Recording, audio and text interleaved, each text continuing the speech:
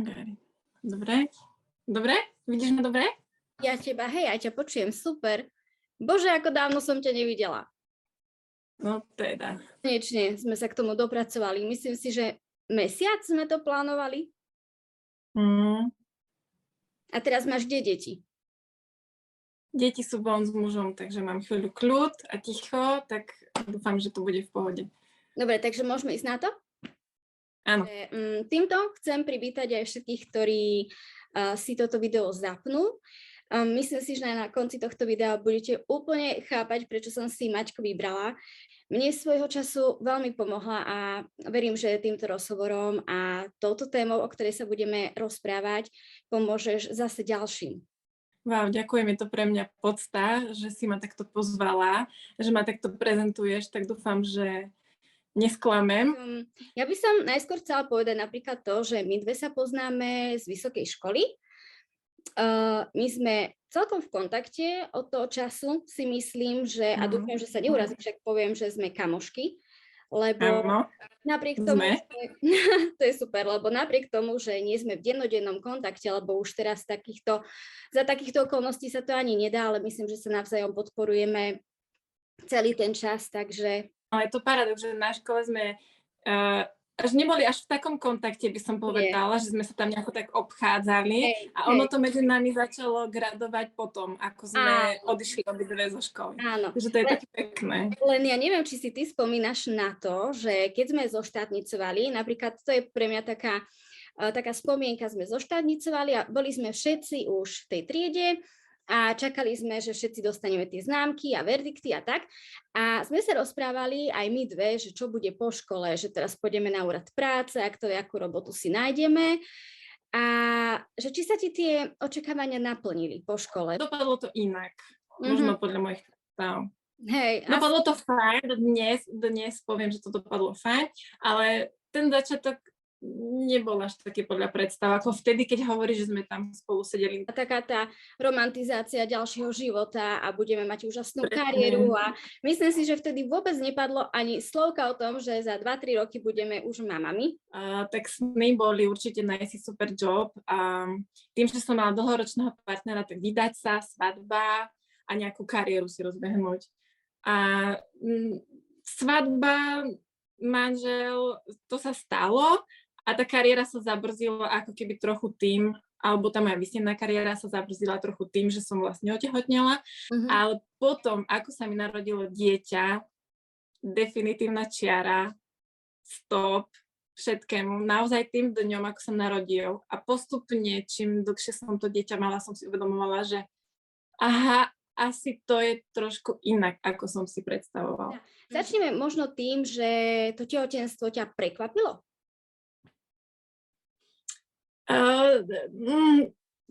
Nedá sa povedať, že prekvapilo, lebo deti som chcela a tým, že sme boli s partnerom už spolu dlho, tak sa to ako keby spoločensky od nás očakávalo, že budem tehotná. Takže keď som zistila, že som tehotná, tak ma to tak do istej miery potešilo, že fajn, tak už je to tu, už mám na to asi aj vek. Ale nesklbilo sa to s tou mojou predstavou, že som ako keby najskôr chcela ísť do tej kariéry, že som chcela ako keby ja sama v živote niečo dosiahnuť. To dieťa mi to, poviem to úprimne, trochu prekazilo. Tak to cítim. Hej. Ale vtedy som to tak cítila. Ale ja som veľmi rada, že to takto úprimne hovoríš, lebo ja mám osobne pocit, že my mami sa môžeme cítiť iba nejakým spôsobom a že musíme byť neustále šťastné, že máme teda tie deti a sme šťastné, ale môžeme pociťovať aj také niečo, že áno, teraz není žiadna kariéra, alebo stále sa staráme o niekoho druhého a to není zlé podľa mňa to vôbec prijať alebo vysloviť. Súhlasím, asi sa to v spoločnosti, aspoň ja mám taký pocit, alebo možno keď som ešte nebola mama, som mala taký pocit, že sa kladie dôraz na to, že tá manželka a matka musí byť predsa šťastná, stále usmiatá. No. A že neexistujú ako keby negatívne pocity, aj keď som stretávala iné matky, tak som mala pocit, že sú všetky šťastné a všetky spokojné. Presne preto to si ťa veľmi vážim a pamätám si, ako mi pomohol ten tvoj blog v vtedy, ten prvý článok, čo som od teba čítala, ako si sa cítila vlastne ako novopečená mamička a tak tie všetky tvoje emócie, pretože ja som sa takisto necítila 24/7 úplne šťastná, ale ja som to nie, že nikomu nepovedala, ja som to ešte aj pred sebou akoby tajila, akoby som sa za to hanbila, lebo všade na sociálnych sieťach úžasné fotky a popisky, aké sme happy a všetko ide ako má. A keď to u mňa tak nebolo, tak som sa cítila veľmi zle. A preto veľmi ľúbim aj tvoje posty, aj na Instagrame, aj blog čítam, pretože je to také pravdivé. A ja som sa ešte nestretla s mamičkou, ktorá by natoľko to otvorene rozprávala aj o tých negatívnych.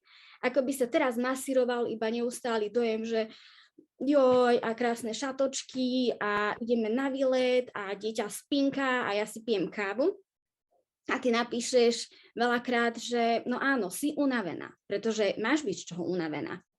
Presne tak. S týmto som aj ja bojovala. Keď sa mi narodilo dieťa, tak som mala pocit, že teda musím byť teraz tá happy, šťastná žena, ktorej sa narodilo dieťa, však všetky tie euforické pocity v sebe musíš mať. A ja som ich nemala. Na jednej strane si rada, že sa ti to dieťatko narodilo, že je zdravé, všetko, samozrejme áno.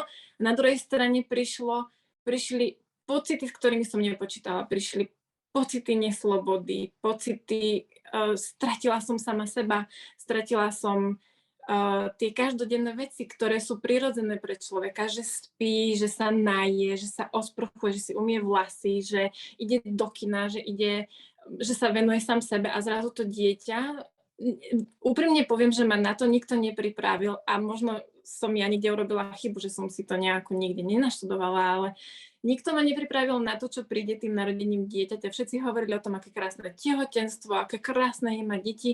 A keď sa mi to moje dieťa narodilo, tak som tu cítila taký obrovský tlak, plus tlak, prečo sa necítim dobre. A to som zistila, že potrebujem o tom napísať, lebo mám pocit, že, ako hovoríš, že sa ťažko o tom tým mamám rozpráva a keď som stretla iné mamy na ihrisku, tak som mala pocit, že teraz už nejaká interakcia medzi nami bude a ona mi tiež povie, že sa cíti podobne ako ja, že ona mi povie, nie, tak v pohode. Ja som sebe dávala za vinu, že asi ja nie som dosť dobrá, asi ja teda nemám. Ty si mala aké tehotenstvo? Lebo prepáč, ja si myslím osobne, že môj stav poporodný zavinil celkovo aj to tehotenstvo, aj ten pôrod, aj to oddelenie 6 nedelí, že ja som z toho oddelenia vychádzala taká vybitá a zdeptaná, na mňa tam kričali, ja som napríklad o tomto ešte verejne nehovorila, lebo na svojom primárnom kanáli som opísala, aké som mala tehotenstvo, ale ďalej už som sa nedostala, tak tam boli veľmi zle na mňa sestričky a vyvolali vo mne dojem, že som zlá matka. Bola som mama 5 dní, alebo 4, či koľko som tam bola po cisárskom a už som nadobudla pocit, že nestojím za nič. A mne sa to potom gradovalo, samozrejme, všetky tie pocity doma, keď som ostala, povedzme, sama, stále som si dávala za vinu, keď som niečo podľa seba neurobila na 150%. Mohla som to urobiť na 100, ale to nestačilo. A veľmi som bola na seba zlá a prísna a tvrdá a myslím si, že aj toto vo mne tak naštartovalo takú tú nespokojnosť. Znížiť nároky a to som postupne zistila aj ja, že na seba mám vysoké nároky a to si myslím, že je taký kľúč pre každú mamu, ktorá príde do vzťahu s tým svojim dieťaťom na začiatku, že sa jej narodí to prvé dieťa, znížiť na seba nároky. A v prvom rade, keď sa to dieťa narodí, si ty, mama a to dieťa. A keď si toto žena uvedomí, čo som si ja uvedomila až oveľa neskôr, ako som mala to prvé dieťa, keď si toto žena uvedomí, tak hneď na začiatku môže to byť fajn. Kdyby sa zvládol ten začiatok, že by sa o ženu to okolie staralo, si teraz matka, to 6 nedelie je na to určené, si teraz matka a dieťatko, poď tu si ľahni do postele a my ti pripravíme jedlo, my ti upraceme, my ti pomôžeme, my sa o teba postaráme.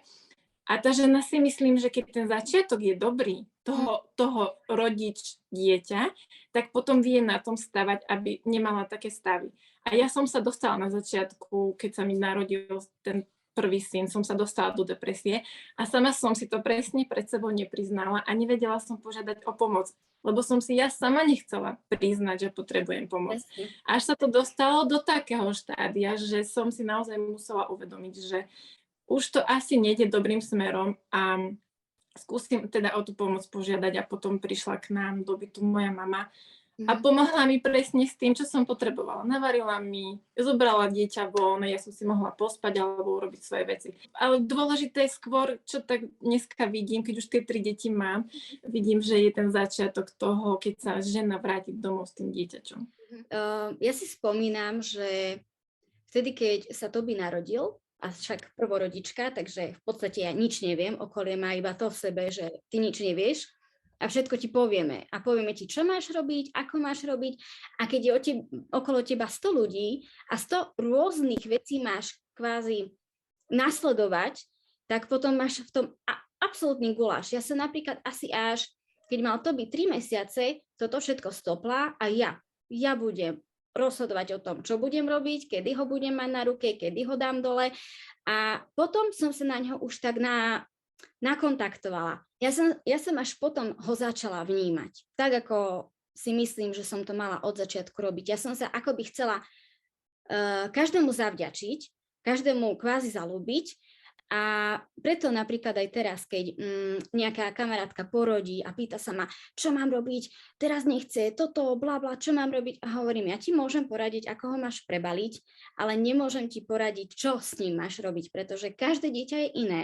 To, čo platilo na moje, nebude platiť na tvoje, to, čo platilo na moje, by nemuselo na jeho súrodenca. A preto ja absolútne každej kamarátke, a ja toto často aj tak sa snažím šíriť, že je lepšie tú mamičku nechať tak. A nebyť okolo nej múdry a nedávať rady, ale nech to ona cíti. Napríklad vidia, že máš na sebe dieťa v šatke a povedia ti, rozhodne to dieťa nenos. Ahoj Toby, rozhodne to dieťa nenos, pretože si ho rozmaznáš a nebude to takto v poriadku. Že to okolie by možno mohlo presne tak viac vnímať tú matku, že ona asi najlepšie vie, čo je dobre pre to jej dieťa. A rozhodne som za to, že intuícia, každá žena, matka vie čo je najlepšie pre jej dieťa. Hej, vieš to porovnať, máš 3 deti, každé je určite iné. Úplne iné. Každé je úplne iné. Čiže to, čo platilo pri prvom dieťati, a ja som si hovorila, keď sa narodilo druhé dieťa, výborne, takže viem, čo mám robiť, toto aplikujem takto. Nie. Úplne odnova. Nie, úplne od znova, od nuly, od začiatku. A pri 3. znova. Moja rada presne pre mamičky je a pre kamarátky, ty vieš najlepšie tu. Opýtaj sa sama seba. Tu na to máš. Skús sa nacítiť, pozri sa na svoje dieťa. Medzi vami je obrovské puto, jedinečné puto a ty vieš, čo to dieťa potrebuje. Riešila si ty svoje pocity s niekým pri prvom? Povedala si to svojmu manželovi? Nie. Ja myslím, že to ale bolo asi na mne evidentné, že som bola asi taká proste nespokojná a nervózna a on sám nejako za mnou chodil s tým, že hej, si v poriadku, hej, čo sa stalo, čo sa deje, ale to moje vnútro a to, aký boj som ja so sebou viedla, že sa mi vlastne z môjho pohľadu úplne zmenil život, tak to som si ja sama v sebe potrebovala vyriešiť. Takže nerozprávala som o tom s nikým a poviem, že to asi to nebolo správne. Asi keby som si možno skôr uvedomila, že asi v sebe mám nejaký, nazvem to nejaký problém a začala by som o tom rozprávať, tak by to nemuselo dojsť do takého štádia, že som sa potom opustila a že to bol nábeh na nejakú depresiu. Ja som v tom článku a vravím, mne sa mnoho slov tak zarilo do pamäte, že aj po, 2-3 rokoch od neho si na to spomeniem, lebo ty si tam písala napríklad, že ako by si žiarlila, že on ide ráno preč. Sice si vedela, že on ide robiť a má tam kopu starostí a zodpovednosti a že to není ružová dolina, ale to, že on mohol ísť von. A ja som napríklad presne toto nevedela opísať, prečo som mala ja na Martina nervy. A potom, ako som čítala tie tvoje riadky, hovorím si, Áno, presne tak, veď mne vlastne chýba tá možnosť ísť iba. Ja som to vtedy tak vnímala, že ten muž nič nestratil. Môj muž by s tým teraz nesúhlasil a povedal by, že to není pravda a jeho život sa zmenil. Áno, súhlasím, a jeho život sa zmenil, ale nie do takej miery, ako sa zmení matke. Keď som vyšla z pôrodnice a uvedomila som si, že to dieťa ma potrebuje 24 hodín denne, 7 dní v týždni a že ja musím byť tá, ktorá sa postará o to dieťa. Nie, že ho niekomu dám a pomôže mi s tým, ale že ja, áno, to ja, že je to všetko na mne, asi tá ťažoba zodpovednosti bola tak silná, že som to nevedela v sebe spracovať, že ja v noci, keď som vstávala k dojčeniu k tomu synovi a on spal, ja som mala chuť ho zabiť. Pane Bože, ako on môže spať, keď ja musím vstávať 6-krát za noc. Ráno, ako si sa vyspala, miláčik? Takú otázku mi ani nepolož, pre Boha, ako môžeš sa ma opýtať, ako som sa vyspala, keď som nespala vôbec. A keď presne tak, keď on, ako keby on nestratil ten spoločenský život, ktorý mne chýbal, a uvedomovala som si čoraz viac, že ho ako keby nemôže mať. Aj keď si myslím, že to je nastavenie iba tu, určite to nemôžeme paušalizovať na každú mamu, každá to má inak. Ale ja som si to tak uvedomovala, že jednoducho som stratila tú slobodu a žiarlila som naozaj na to, že môj muž môže odísť. A ja som mala pocit, že nemôžem. A to bol ten môj problém, ktorý som riešila. A riešila som ho veľmi, veľmi dlho. Niekedy to spoločnosť má trošku popletené, lebo stále sa hovorí o tom, ako dieťa je dôležité, ale v konečnom dôsledku žena, mama je najdôležitejšia, lebo na nej to celé stojí aj padá, celá tá rodina. Keď je ona v pohode, ako hovoríš, je aj dieťa, tým pádom je aj muž, a celá tá rodina dokáže fungovať, aj tá domácnosť. No ale keď si v depresii, tak teraz upratuj alebo staraj sa čo najlepšie. Súhlasím, tie nároky na seba má tá žena vysoké a ona potom sama začína upadať, keď ich nedokáže splniť podľa svojich očakávaní.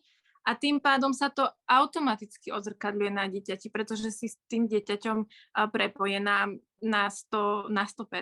A to dieťa cíti tie negatívne emócie tej svojej matky a začne plakať. A už sa to začne nabaľovať, až je nespokojná celá rodina. Keď máš 3 deti a už sa potrebujete dostať do nejakej harmonie, aby ten deň vyzeral nejako v pohode, aby tu neškriekali 3 deti, aby muž nemal chuť zutekať odtiaľto a ja, aby som si nešla dať slučku, tak jednoducho som pochopila, áno, že najdôležitejšie je ja, tá mama. Čiže keď ja som v pohode, tak naozaj automaticky ide, že je v pohode celá rodina. Že to dokáže vládnuť počas mňa. A to je každý jeden deň tá výzva. Aby som ja bola v pohode a aby celá tá rodina bola v pohode počas toho dňa. Preto som s tebou sa chcela o tomto rozprávať, lebo si ochotná priznať aj to, že nie každý deň je ružový a perfektný a ja si toto naozaj vážim, lebo ja som sa nestretla s nikým, kto by mi takto naozaj povedal, že moja zlatá, nie, on si nechce upratať, keď mu to poviem, alebo áno, ja som tiež dneska neupratala a nenavarila. Jedine s mojou sestrou som sa takto rozprávala, lebo veď ona skôr mala môjho synovca, ale viem, že keď mala dieťa iba ona, v tom čase, keď mi niečo rozprávala, ja som to nechápala samozrejme. Bola som enormne múdra, ako každý, kto je bezdetný a keď poslúcha, no tak mu to zakáž, alebo tak povedz nie. A všetko som tak brala tak ľahko vážne. Však prečo by sa to nedalo? A zrazu, keď už máš dieťa, tak až potom som pochopila veľa vecí. Pochopila som, že to dieťa neokríkneš a neprestane. Ono je živá bytosť, má svoje nálady, má svoje potreby a nie je to robot. Ten tlak, taký, ktorý je na tú matku, keď má to prvé dieťa, tak on postupne odpadáva, čím viac tých detí máš. A ono je to taký paradox. Neverila som tomu, keď mi to niekto povedal, kto mal viac detí, že neboj sa, keď bude druhé, bude to lepšie. To som počula veľakrát túto vetu, keď bude druhé, bude to lepšie. Neverila som mu to, nikdy som to nikomu neverila. Je nefér, ako hovorí, že to prvé, na ňom sa iba učíme. A že to druhé už má to pohodlie v tom, že už aj mama vie, čo má robiť, už nemá toľko stresu, lebo vie, ako ho má chytiť, ako ho má prebaliť, asi ako často ho má krmiť a podobne, že to prvé je len taký projekt, na ktorom sa učia. A ako hovoríš, ja verím tomu, že s 2, dokonca s 3, že to určite je v mnohých prípadoch náročné, ale myslím, že je veľký benefit v tom, že už sú kolektív, už sú taká spoločnosť a že možno ten jedináčik vysí na mame viacej, tým pádom možno nemôže upratať hocikedy alebo navariť, pretože potrebuje tú spoločnosť v nej a keď už má súrodencov, tak už si tak vystačia spolu. No a je to pravda a akože ten začiatok, keď sú tie detičky malé, tak samozrejme, že je náročný obstarať to a dať im papať a v tom správnom čase dať spať, je to všetko ten manažment okolo. Ale ako hovoríš, tým, že ich je viac, tak som potom prišla na to, že sa presne takto vedia dobre spolu vyhrať a že vlastne si tá mama nájde ten čas počas toho dňa, keď vedia tie deti byť same spolu. A to sa, ja to tak myslím, no tak mala som 2 roky toho malého samého a bolo to na ňom vidno, že mu jednoducho chýbal ten kontakt a ten kontakt som musela byť ja, aby bol spokojný. A keď sa narodilo to druhé dieťa, tak ten kontakt on mal často počas dňa s tou svojou sestrou a už som si tam ja našla pár minút na to, že som si napríklad stihla ísť umyť zuby ráno.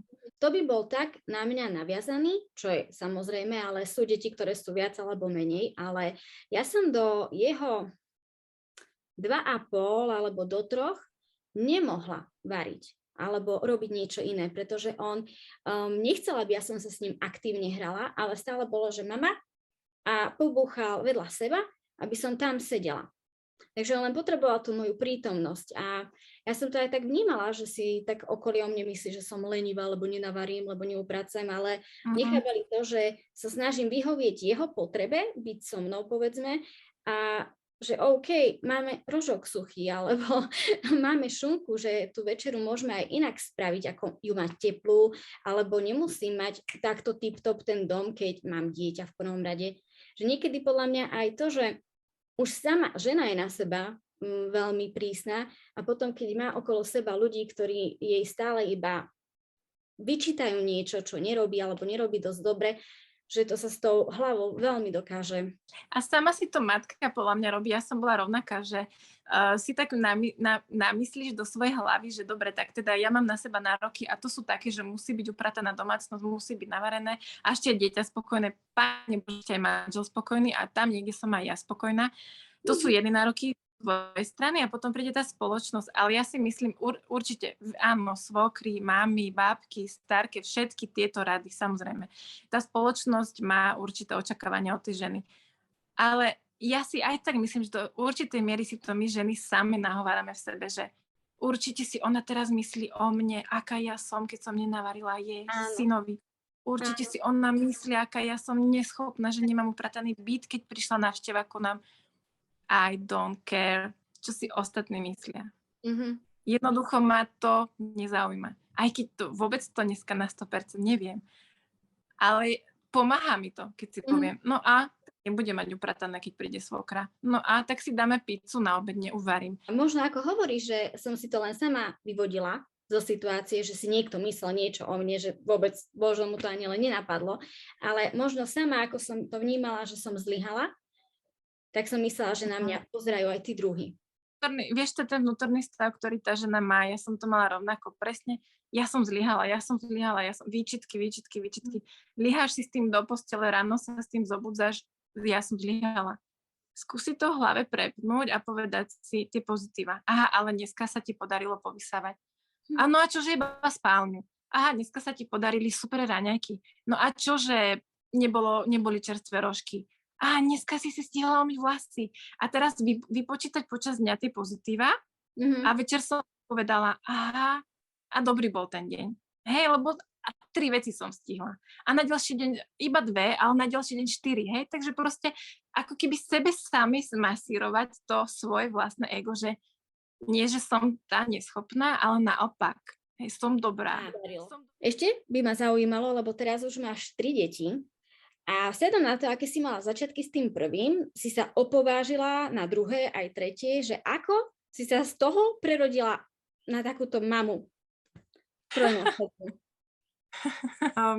Musím povedať, že som asi mala šťastie zase na nejakých ľudí vo svojom živote, ktorí ma v tom podporili. Naozaj vôbec nebolo to prvé dieťa jednoduché. Bol veľmi uplakaný a veľmi taký senzibilný a veľmi na mňa naviazaný. A ja som akurát presne naopak bola taká odmietavá, depresívna, negatívna na ňo. A ten náš vzťah dneska tak vyzerá presne, ako to na začiatku bolo ten prvý rok. Ako hovoríš, že si to spomínala, proste sa učíme na tom prvom dieťati, hej, no bohužiaľ, to tak je. Hovorili ako tí, čo mali 2 deti, že to bude lepšie tým príchodom toho druhého dieťaťa. A tak som to skúsila, no, že teda skúsime to druhé dieťa. A ono sa to zlepšilo, pretože sa ako keby vo mne urovnal ten nárok na seba. Už toho času bolo zase tak menej a to dieťa už bolo väčšie, to prvé. A ten manažment bol zo začiatku náročný, že ako to teda zvládnem, ale ono sa to postupne naozaj začalo tak kryštalizovať, že som to lepšie zvládala s tým druhým dieťaťom. Dospela som do štádia, že už tie dve deti sú super, už prespali celú noc, už mali všetky zuby vyrastené, už odplienkované, paráda.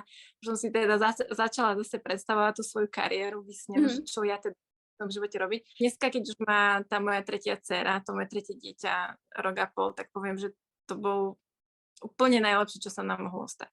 Že máme 3 deti. Už on nedlho pôjde do školy, že? No pôjde, on tým, že je v septembri narodený, tak on je, po zápise sa to povie, alebo tak nejako, takže pôjde do školy, až keď bude mať 7. Takže až ten ďalší rok, hej. Hej. A aj to by, oktobrový, takže on tiež až neskôr. Tak, no, presne. A ja som rada, vieš čo, lebo neviem, ako ja som v pohode s nimi, že sú doma. Akože vlasy dúbkom, hej, každý deň, ale aj tak som rada, že nechodia ani do škôlky, takže ja ich mám každý deň stále so mnou doma. Ty máš doma vlastne škôlku, lebo traja už sa počítajú za spoločnosť, kdežto to by, na ňom som vnímala, že potrebuje byť s tými deťmi, lebo bol odrastený s dospelými a napríklad boli také situácie, keď sme išli na ihrisko a boli tam deti a on tam zásadne nechcel ísť, lebo sú tam deti. A vtedy hovorím, hopa, mal by si ísť medzi deti, aby si vedel so svojimi rovesníkmi sa baviť, nie s dospelými.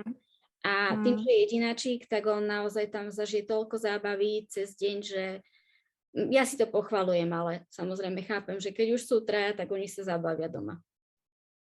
Ja úplne nechápem teba, úplne by som to inak mala, keby som mala to jedno dieťa iba. Takže to je tiež je to individuálne, či áno, alebo nie škôlka. Inak na Instagrame, kým som bola teda aktívna, tak som vnímala, že stále niekam chodíte a páčilo sa mi aj, že si našla taký čas pre seba, že si išla sama a vyvetrať si trošku hlavu, že to každá žena potrebuje. No a to je zase to, že si to tá každá žena podľa mňa musí sama v sebe uvedomiť, že hodinku denne. Hej, môžeš za 10 minútami sama si vypiť kávu s knihou alebo s nejakým seriálom alebo jednoducho, čo ťa baví a postupne pridávať a tá rodina, to okolie, ako tvoje deti a tvoj muž si na to jednoducho musia zvyknúť. A oni rýchlo zistia, že keď ty si v pohode, že aj oni sú v pohode a doprajú ti ten čas. Ja som dlhé roky robila tú chybu, že som si ten čas pre seba nenašla. No vieš, a potom tie dni vyzerali tak, že sme sa jednoducho hádali medzi sebou aj s mužom, aj s deťmi a deti boli uplakané, nespokojné. No happy life. Áno, ja aj tak myslím, že veľakrát si tieto problémy tiež, ako si aj vravela, sami vytvárame, pretože aj ty nikam si nešla, alebo ten čas si pre seba nevyčlenila, pretože si myslela, že na tom nezáleží. Že všetci ostatní musia mať všetko a že ty si tá posledná. A napríklad aj ja si pamätám, keď bol taký menší a napríklad som si išla kupovať svadobné šaty, respektíve skúšať, tak moja priorita neboli svadobné šaty, ale nejaké mi dajte, nejaké mi vyberte, ja si vyskúšam a pôjdem. Lebo to by mal vtedy 3 mesiace. Hovorím, ja mám doma dieťa, ja sa musím ponáhľať. Že aj vtedy to pre mňa Áno, bola áno. taká výčitka sama pre seba, pred sebou, že som ho nechala doma a ja som si išla šaty vyberať. A napríklad spätne mi už tak ľúto, povedzme, že som si tú svadbu našu neužila natoľko, lebo tak aj on bol súčasťou svadby, hlavu som mala pri ňom, že či je v poriadku. Moja mama sa o ňom postarala, našťastie, akože mohli sme sa zabávať s Martinom, ale i tak už to proste nebolo také. Ale myslím si, že sama som si to zavinila, že som si myslela, že takto mám reagovať. To je asi ten kľúč, že tie deti pochopia áno, že a dávaš im do života viac, že si ty sama za seba, že sa sama za seba postavíš a povieš si, a teraz si maminka zaslúži čas pre seba a vidia, že si silná. Ale keď ty stále uvažuješ nad tým, a ja som to tak mala rovnako, stále uvažujem nad tým, že Ježiš, čo moje deti a ja som teraz od nich odišla a to zvládne to ten môj muž s nimi a zvládnu to tie deti bezo mňa. A potom, čím viac som odchádzala, ako takto na ten svoj čas, napríklad na hodinu do lesa, tak som zisťovala, ale im je super. Im je super. Ja si oddychnem a viem, že čím akože som menej s nimi, tak oni majú úplne iný režim, úplne iné veci riešia a viac sa potom aj tešia na mňa. Čiže ono to má vždy pozitívne účinky, keď sa naozaj dokáže ten rodič postaviť sám za seba. Si mi tam písala otázku, že či je materstvo pre každú ženu. Myslím si, že nie je. A ja neviem, či som sa našla v materstve. Ja neviem, či som dobrá mama. Neviem, či ma to naplňa a či som v pohode s tým, že mám 3 deti. Ale verím a viem, že tie deti prišli z nejakého dôvodu ku mne. A keď sa porovnám ja seba teraz, aká som dnes, predtým, ako som bola pred tými 6 rokmi, tak som úplne iný človek. A môžu za to, áno, všetky okolnosti a situácie, hlavne okolo detí. Každé jedno dieťa bolo iné a každé jedno dieťa ma naučilo niečo iné a každý deň sú mi tie deti učiteľom. Ja verím tomu, Moni, že ty prekonáš ten svoj strach a že ešte bábätko mať budeš a že to sama pochopíš, že ako super to je, že sú dvaja, že aká ja som iná, aká ja som lepšia, že ten tvoj strach z toho tehotenstva a toho pôrodu, že to spracuješ a že to do vášho života, ak to má, tak to do vášho života ešte možno príde. No áno, ako hovoríš, ja som kvôli tomuto zaseknutá, lebo Martin by nemal nič proti už dávno, pradávno, ale ja sa toho aj tak bojím. Ale no, uvidíme, čo donesie, však ešte stále som mladá, ešte len budem na 32. Áno. Že úplne žiariš, si krásna žena. Jo. Ďakujem. Tak sa síce necítim, ale ďakujem. Ako si hovorila, že každé jedno ti prišlo do života, aby ťa niečo naučilo, tak ja to každý deň vnímam aj na to, že ma má naučiť hlavne tej trpezlivosti a trošku spomaliť, lebo ja som taký hrd človek. Ja vlastne aj kvôli tomu som si zakladala kanál, že mi nestačilo len doma variť, ale chcela som, aby z toho bolo trošku kvázi niečo viacej, aby ma to ešte aj bavilo k tomu. A on naozaj toto, lebo ja som bola odmala veľmi netrpezlivá, takže myslím si, že toto, ale ešte veľa času a vody musí pretiecť, aby ma toto skutočne naučil, lebo no, je to taký boj pre mňa, že všetko, vieš, tak. Podobne, úplne podobne to mám, ale tým, že mám tak veľmi, veľmi málo času, tak sa presne toto nedá. Hej, ono to vymyslo, jednoducho není na to kapacita, aby to tak bolo. A tým, že nás je tak veľa, že musím obhospodáriť počas dňa jedno dieťa, druhé dieťa, tretie dieťa, seba a pozor, muža, áno, tak není na to priestor, aby všetko bolo tip-top, aby bolo non-stop navarené, krásne vyluftovaný byt a jednoducho, a tá trpezlivosť, ja som podobná, veľmi netrpezlivý človek. A to sa prejavuje, rýchlo si obuť tie topánky, prejavuje sa to každý deň. Ale tie deti, a just si neobujem tie topánky tak, ako chceš, maminka, a idem ťa naučiť, čo je to trpezlivosť. Áno, presne. Každý jeden deň sa to učíme, že čo je trpezlivosť a ďalšie ešte veci. A ja žasnem z teba, lebo pamätám si ťa naozaj ako včera zo školy a máš 3 deti. Viem, že toho máš zažitého hodne, ale tak žiariš, to je úžasné. Ďakujem, ďakujem. A ešte s tebou by sme sa potom neskôr, zase keď si nájdeme čas, porozprávali aj o iných veciach, pretože opäť máš o čom.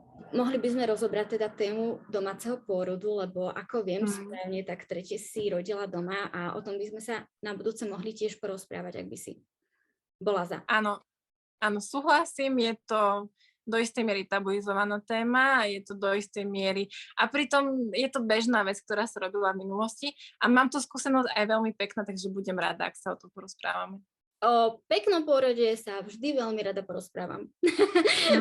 Budem veľmi... A ja ti budem o peknom pôrode rozprávať, aby si strátila svoj strach.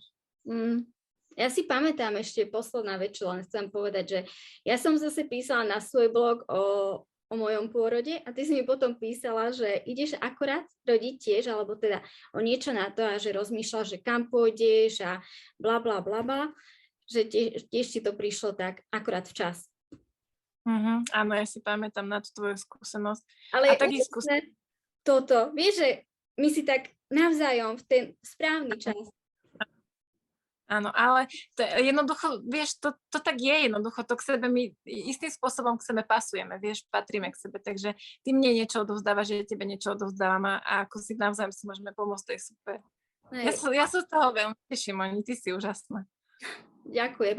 A verím tomu, že týchto pár chvíľ, netuším, aké dlhé bude toto video, ale že si ho nejaká žena, keď zapne a zapne si ho z toho dôvodu, že jej má niečo dať a odovzdať. Tak ti teda veľmi pekne ďakujem za tvoj čas. Tak teším sa. Moni, drž sa. A ja sa teším, drž sa. Pa, pa. Čau. Ahoj.